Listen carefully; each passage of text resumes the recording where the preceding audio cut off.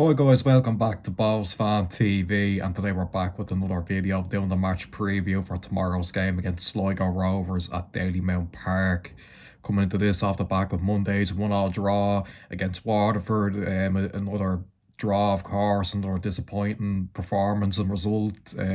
It's another game unbeaten, of course, but we would have been hoping for more. We would have wanted the 3 points, and the fact that we didn't get it is frustrating, and despite the fact that after we got the equaliser, we started to really dominate and could have found a winner. But the fact that it's another game without a win has caused a little bit of frustration to build. But look, it's not the end of the world, of course. We're still very early on into the season, and we're still in a good position. Still haven't lost the game, and we just got to focus on tomorrow night now against Sligo, who we know earlier on in the season we beat them 4-0 in the showgrounds, in what was a very, very convincing win and performance. We really did put them to the sword that night, and we'll be looking for more of the same here. Won't be as easy, I don't think, because I expect Sligo to come and try and frustrate us, just like Waterford did on Monday, and Galway did before. I suppose when you look at it, really the toughest game we've had at home all season was the Dundalk game, when they really did have a go at us, and I don't think Sligo will have that kind of approach, but I do expect them to try and keep things tight and to frustrate us. And look, it's just about how we can counter that. And given the lack of quality that we've shown going forward in the last few games, it is a little bit concerning.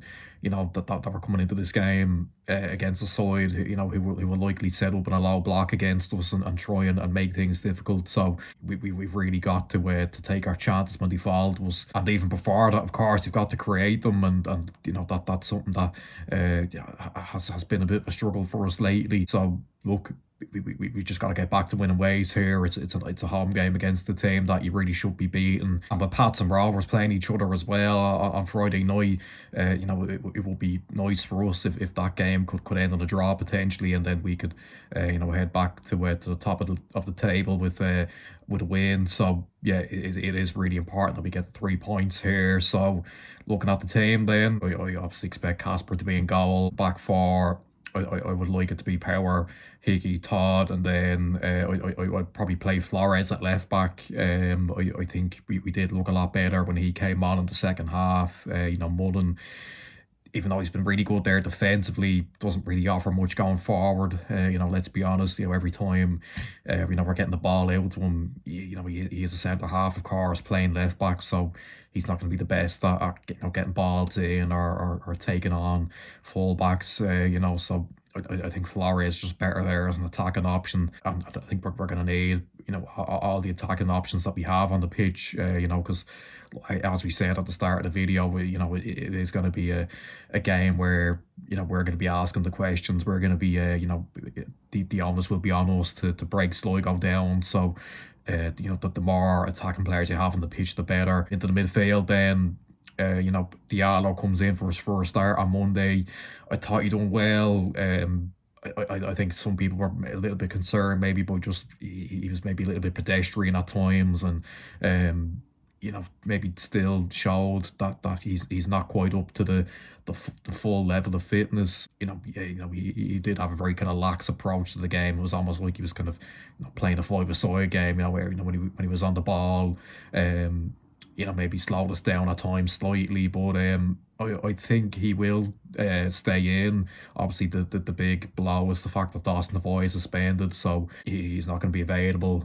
So I suspect Diallo will stay there, and I'd bring back Donnelly, and he was good when he came on Monday, and I think what he can offer in terms of going forward, he put the ball into the void to win the penalty on Monday. So just from that, really, what he can offer going forward, as well as helping out defensively as well. We know how he loves to get up and down. So I think I'd bring back Donnelly alongside Sadio Diallo, in obviously the absence of Dawson Devoy. And then going further forward, I think Stroud's definitely put himself in contention for a start. I said that in the reaction to the Waterford game. I thought he impressed off the bench, gave us some much needed energy. He's shown some real quality in moments so far this season. So I'd be bringing him in off the left. I just don't think Harry Vaughan or Connor Parsons done enough to justify another star. I think it probably will be Ross Tierney back as the number 10.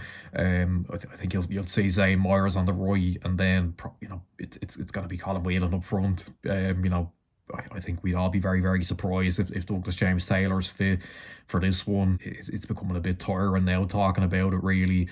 You know, when is he going to be back? We just don't know. We're not hearing anything. Nothing's been communicated to us about what the story is. So as long as that's the case, we're just going to assume that he's not fit. So Colin Whelan's going to continue up front, and there is going to be a lot of debate, and there has been a lot of debate about how we should approach Friday night. What could we do to try and change things up, with the lack of goals from open play, especially in the last few weeks. When you think about it, the goals that we scored in recent weeks have all been from set pieces.